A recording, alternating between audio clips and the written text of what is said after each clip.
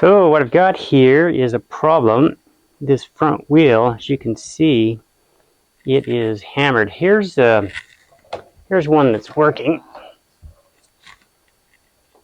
And this is a split wheel, and so this hub and this hub come apart, and then they hold this tire in. It's an inflatable tire, and so notice that you have these plastic veins on both sides.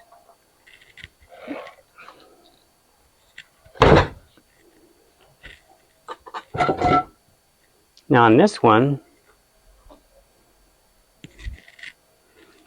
you can see the plastic veins on one side. See right here? But on the other side, out on the ride, it just started making that clicking noise. And then it heated up to the point that it just melted all this plastic. And so this is completely off center now. See if you can see that. See, look at that. It's rubbing on the left-hand side. It's actually rubbing on the frame. And then this side is okay. So what we're going to do is see if we can replace it.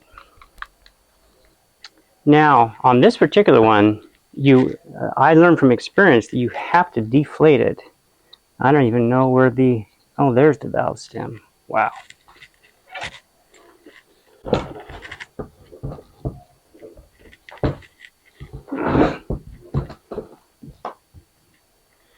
The valve stem is actually in there, buried. I'll have to chip away some of this plastic. I think I can just get in there.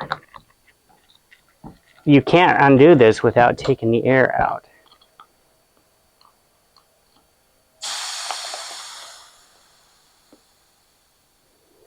Okay, so what happens with this split frame here on this particular one, it presses up against this and then you can't get this off if it's got air in it. So this takes a 5/8. Let's see if that's turning.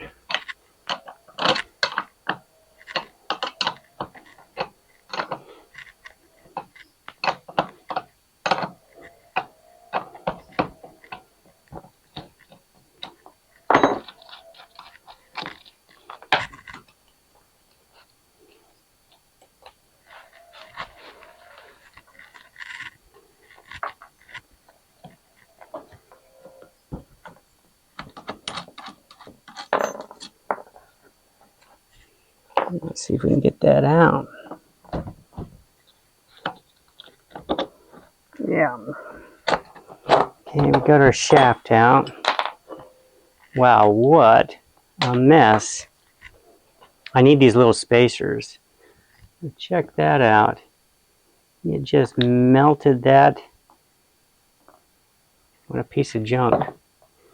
Now the question is, do we have enough spacers? So I don't think we're going to have enough spacers.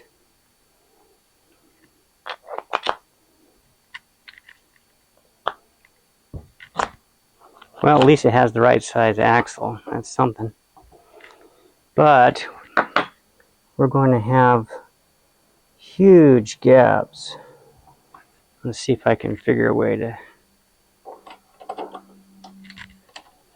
fix this. These spacers are not going to work because I'm not going to have enough room, I think.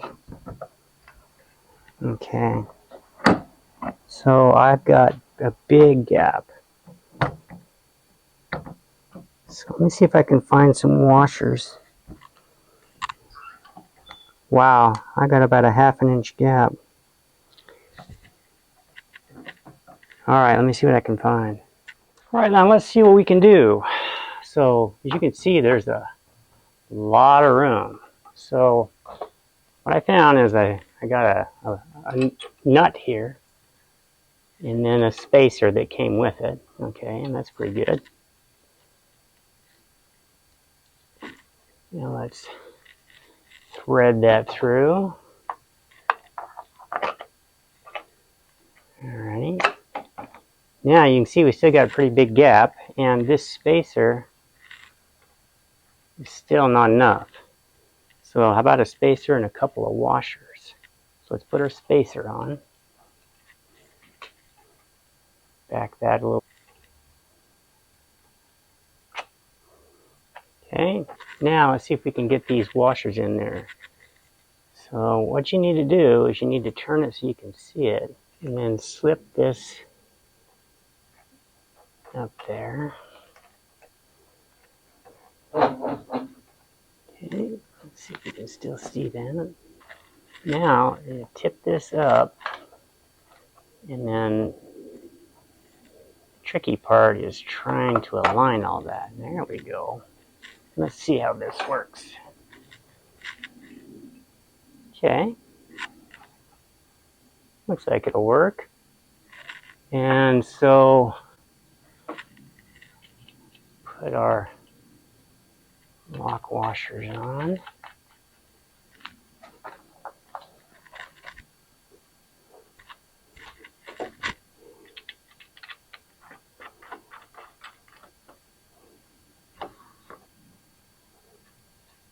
Make sure that's still going to spin.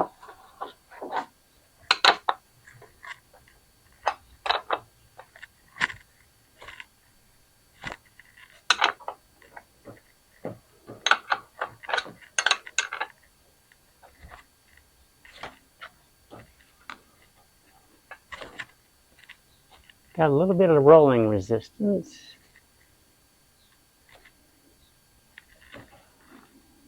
But it should be all right because these spacers are pressing on the inner part of that bearing. Well, I think that's pretty good. And there you have it. Let's take it for a spin.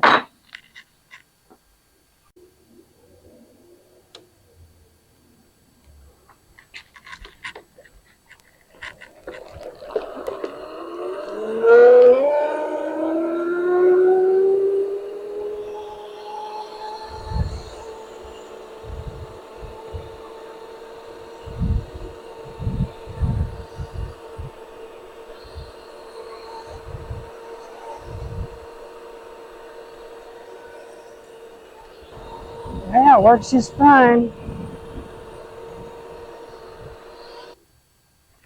Alrighty, so I'll put a link for this tire, including the bearing and everything, in the description below. And notice that we've got a metal hub, not plastic. And so this thing isn't going to fall apart like the other. And we've got sealed bearings.